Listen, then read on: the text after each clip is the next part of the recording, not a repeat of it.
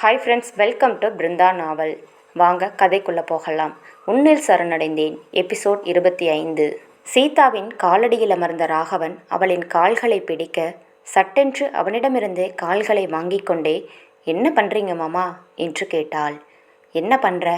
உன் காலை நான் தொடக்கூடாதா என்று அவளிடம் அவன் கேட்க, அப்படி இல்லை, எதுக்கு இப்போ காலை தொடுறீங்க என்று கூறிக்கொண்டே இருக்க, மீண்டும் அவள் காலை வலுக்கட்டாயமாக எடுத்து தன் தொடை மீது வைத்து கொண்டான். மாமா, இந்த மாதிரி எல்லாம் பண்ணாத, எனக்கு ஒரு மாதிரியா இருக்கு என்று கூற, அதெல்லாம் ஒரு மாதிரி இருக்காது என்று கூறியவன் தான் மறைத்து வைத்திருந்த தங்க கொலுசை எடுத்து அவள் முன்பு காட்டினான். அழகிய சிறு சிறு பூக்கள் கொண்டு நிறைய சலங்கை வைத்து செய்யப்பட்டிருந்த அந்த கொலுசை பார்க்கவும் மிகவும் அழகாக இருந்தது. அதை பார்த்தவள் ஆசையாக, மாமா, இது ரொம்பவே பார்க்கவே அழகா இருக்கு, எனக்கா என்று கேட்க, உனக்கில்ல, பக்கத்து வீட்டில் இருக்க கிழவிக்கு என்று அவன் கூற, அவன் கூறிய பதிலை கேட்டு சிரித்த சீதா, கிழவி இவ்வளவு அழகா கொலுசு போடணுமா மாமா, நான் போடக்கூடாதா என்றாள்.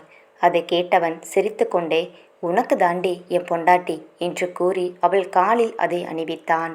அவன் அணிவிப்பதை தன் கன்னத்தில் கை வைத்து ஆசையாக பார்த்து கொண்டிருந்தாள் சீதா.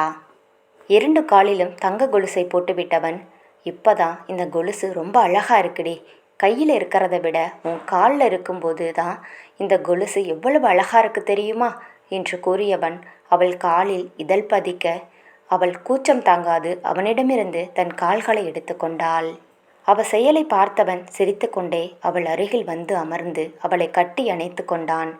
எதுக்கு மாமா இதெல்லாம் என்று அவள் கேட்க, என் பட்டு, நீ தான் மெல்லிசா கொலுசு போட்டுட்டு இருக்க, எனக்கு என்னமோ அது பிடிக்கவே இல்லை தெரியுமா என்று கூற, ஐயோ மாமா, அத்தை என்கிட்ட கொலுசு கொடுத்தாங்க, ஆனால் நான் தான் அதை போட்டுக்கல என்று கூறினாள். எனக்கு அக்கா ஜல் ஜல்னு கொலுசு போட்டுட்டே வருவாங்களா, அதை பார்க்கும்போது தான் எனக்கும் இந்த மாதிரி ஆசை அதிகமாச்சு. அதே மாதிரி நீ போட்டுக்கிட்டு வந்தா எப்படி இருக்கும்னு எனக்கு தோணுச்சு. உடனே நான் நகை செய்கிறவங்க கிட்ட போய் சொல்லி காசு கொடுத்துட்டு வந்தேன் என்று கூற, என்கிட்ட சொல்லவே இல்லை மாமா, நீ கேடிதான் என்று அவன் நெஞ்சில் குத்தினாள். கேய்பட்டு வலிக்குதுடி என்று தன் நெஞ்சை தேய்த்தவன் அவள் கையை பிடித்து முத்தம் கொடுத்தான்.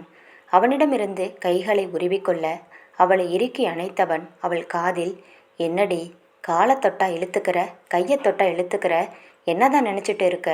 உனக்கு ஒரு விஷயம் சொல்லட்டா, உன் உடம்புல இருக்கிற எல்லாமே எனக்கு தான் சொந்தம். ஏன், உன் தலைமுடியிலிருந்து கால் நகம் வரையும் எனக்கு தான், புரியுதா என்று அவன் மெதுவாக மயக்கும் குரலில் கூற, அவளின் இதயம் படபடவென்று அடித்து கொண்டது. அவள் காதில் அவனது மூச்சுக்காற்று சூடாக பட அவள் மேலும் அவனுடன் ஒட்டி கொண்டாள். அவள் புடவை கட்டியிருந்ததால் அவளை அணைத்து கொண்டு இருந்தவனின் கைகள் தானாக அந்த புடவை மடிப்பில் தெரிந்த இடுப்பை பற்றினான். அவள் கண்கள் மூடிக்கொள்ள அவன் அவள் தேகத்தோடு தேகமாக ஒட்டி கொண்டான். அவள் தன் முகத்தை அவன் மார்பில் புதைத்து கொள்ள அவனும் அவள் வாசத்தை தன்னுடன் எடுத்து கொண்டான். பட்டு, நான் உன்கிட்ட ஒன்று கேட்கட்டா என்று கேட்க, அவள் என்று மட்டும் பதில் கூறினாள். நீ காலையில் ஏன் பட்டு புடவை கட்டிட்டு இருந்த என்று கேட்டான். ஏமாமா, நல்லா இல்லையா என்று அவள் கேட்க, நல்லா தாண்டி இருக்கு, ஆனால் நான் தாண்டி நல்லா இல்லை. நீ சுடிதார் போடும்போது கூட உன் மேலே எனக்கு அவ்வளோ ஆசை வராது பட்டு, ஆனால் நீ புடவை கட்டி இருக்கும்போது என்னால் மூச்சு விடவே முடியலை தெரியுமா? காலையில் நான் எவ்வளவு கஷ்டப்பட்டேன்னு தெரியுமாடி என்று கூறியவன் அவள் கழுத்தில் தன் பல் தடத்தை பதிக்க அதில் வலியை உணர்ந்தவள் அவனுடன் மேலும் ஒட்டிக்கொண்டாள்.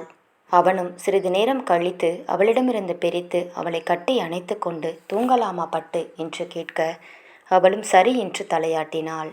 ஆனால் அதுக்கு முன்னாடி தயவு செஞ்சு புடவையை மாற்றிக்கிட்டு நைட்டி எதனா போட்டுட்டு வா பட்டு, என்னால் முடியலடி என்று கூற, அவள் ஏதும் கூறாது அவனிடமிருந்து விலகி நேராக உடை மாற்றி வந்து அவன் அருகில் படுத்து கொண்டாள்.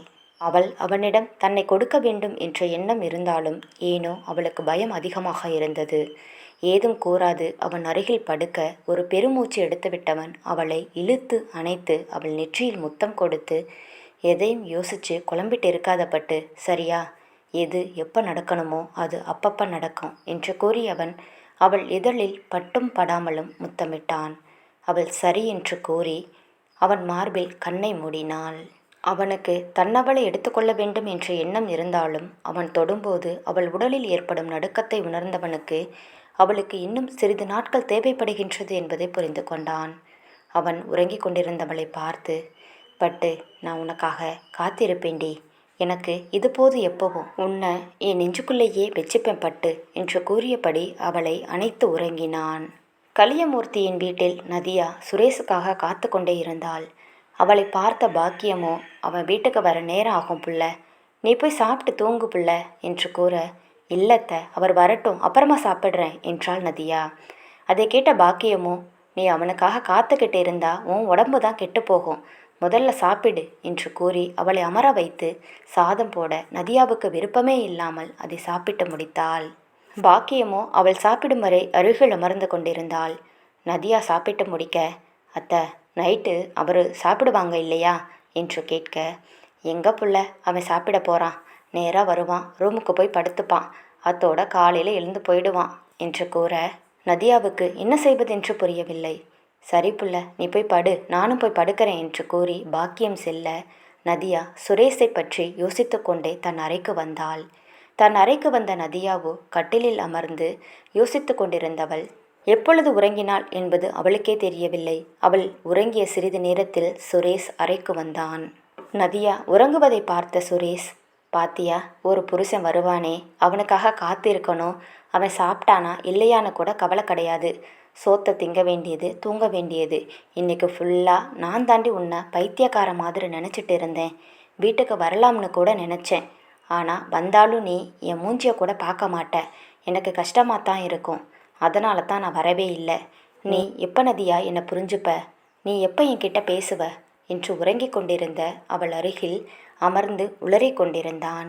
நதியாவை உற்று பார்த்த சுரேஷுக்கு நேற்று நடந்தவை கொஞ்சம் கொஞ்சமாக நினைவு வர அவள் மீது ஆசை தோன்றியது. இப்பொழுதே அவளுடன் சேர வேண்டும் என்ற எண்ணம் வர அவள் அருகில் படுத்தவன் அவளை கட்டிப்பிடித்தான். நதியா சட்டென்று யாரோ தன்னை கட்டிப்பிடிப்பதை உணர்ந்தவள் திடுக்கிட்டு எழுந்து பார்க்க, அங்கு சுரேஷ் மதுவை குடித்துவிட்டு சுயநினைவு இல்லாமல் இருப்பதை பார்த்தவளுக்கு மிகவும் கஷ்டமாக இருந்தது.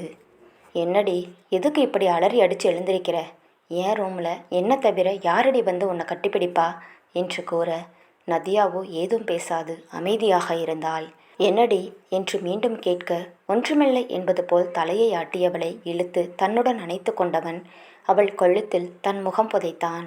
அவனின் செயல்களை பொறுத்து கொண்டவள் மெல்லிய குரலில், நீங்க சாப்பிட்டீங்களா என்று கேட்டாள். அதை கேட்ட சுரேஷ் சட்டென்று அவளிடமிருந்து விலகி, என்ன பார்த்தா கேட்குற என்று கேட்டான். நதியா ஆமாம் என்பது போல் தலையை ஆட்ட, பரவாயில்லையே, நான் சாப்பிட்டேனான்னு கேட்குற அளவுக்கு உனக்கு என் மேலே அக்கறை இருக்கா என்றான். நான் உங்களை சாப்பிட்டீங்களான்னு கேட்டேன் என்றாள். என்னதான் உனக்கு பிடிக்காது, அப்புறம் நான் சாப்பிட்டா என்ன, சாப்பிடலைன்னா என்ன என்றான். அதை கேட்ட நதியாவுக்கு இதயம் வலித்தது.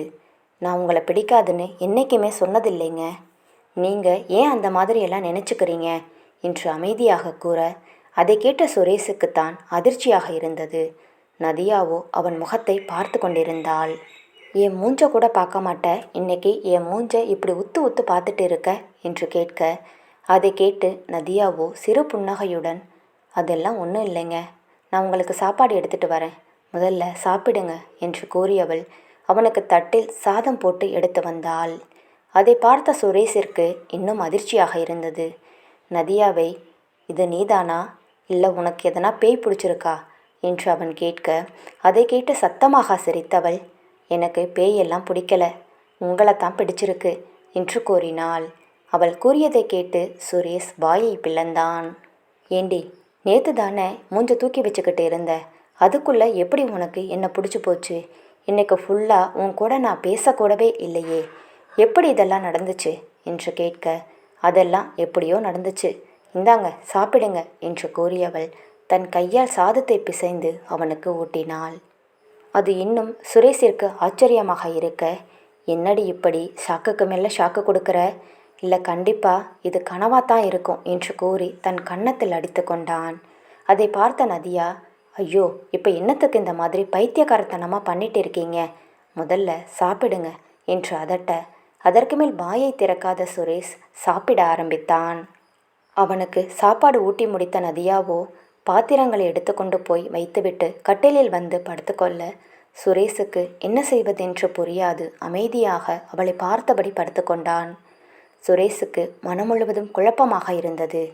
எப்படி ஒரே நாளில் இந்த மாதிரி மாறி இருக்க முடியும் என்று மனதுக்குள் நினைத்தவன் அவளை பார்த்து நதியா நதியா என்று அழைக்க, என்னங்க வேணும் என்று அவன் முகம் பார்க்க, இல்லை ஒரே நாளில் எப்படி என்னை பிடிச்சிருக்குன்னு சொன்ன என்று அவன் கேட்க, தன் கண்களை திறந்த நதியாவோ, இப்போது நான் உங்களை பிடிச்சிருக்குன்னு சொன்னது உங்களுக்கு பிடிக்கலையா? அப்போது உங்களுக்கு நான் என்ன சொன்னால் பிடிக்கும் என்று கேட்க, நான் அந்த மாதிரி எதுவும் சொல்லலடி. ஏண்டி இவ்வளவு கோவமாக பேசுகிற? நான் ஒன்றுமே சொல்லலை, நீ படு என்று கூறியவன் திரும்பி படுத்து கொண்டான். அவன் செயலை பார்த்து சிரித்த நதியாவோ, டேய் நீ ஒன்றும் அவ்வளவு கெட்டவன் இல்லடா. நீ உளர்னதை நான் கேட்டுக்கிட்டு தான் இருந்தேன். அதனால தான் நான் உன்னை பிடிச்சிருக்குன்னு சொன்னேன் என்று நினைத்தவள் மறுபுறம் திரும்பி உறங்கியிருந்தாள். நம்ம குடிச்சிருக்கிறதுனால இதெல்லாம் கேட்குதோ? இல்லையே, அப்படி கூட இன்றைக்கி நம்ம ஒன்றும் சரக்கு அடிக்கலையே, எப்படி நடந்திருக்கோம் இதெல்லாம் என்று யோசித்து யோசித்து அப்படியே உறங்கி போயிருந்தான். மறுநாள் காலை விடிந்தது. சீதா மெல்ல தன் கண்களை திறந்து பார்க்க ராகவன் அவளை கட்டி அணைத்தவாறு தூங்கிக் கொண்டிருந்தான். தன் கண்களை முழுமையாக திறந்தவள் ராகவன் உறங்கும் அழகை அவன் மார்பில் தன் தாடையை வைத்தவாறு ரசித்து கொண்டிருந்தாள்.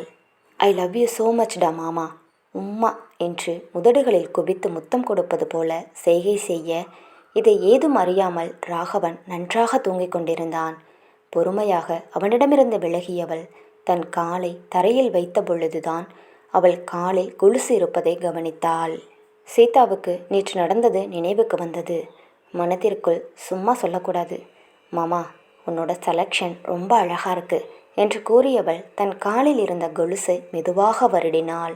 அப்பொழுது அவன் நேத்து அவள் காலில் கொலுசை அணிவித்து அதற்கு முத்தம் கொடுத்தது நினைவுக்கு வர ஒரு நிமிடம் அவளின் காலில் உள்ள முடிகள் அனைத்தும் சிலிர்த்து நின்றது. அவள் சிரித்து கொண்டே மெதுவாக சத்தம் எழுப்பாமல் அடிமேல் அடி வைத்து பாத்ரூமிற்குள் சென்றாள்.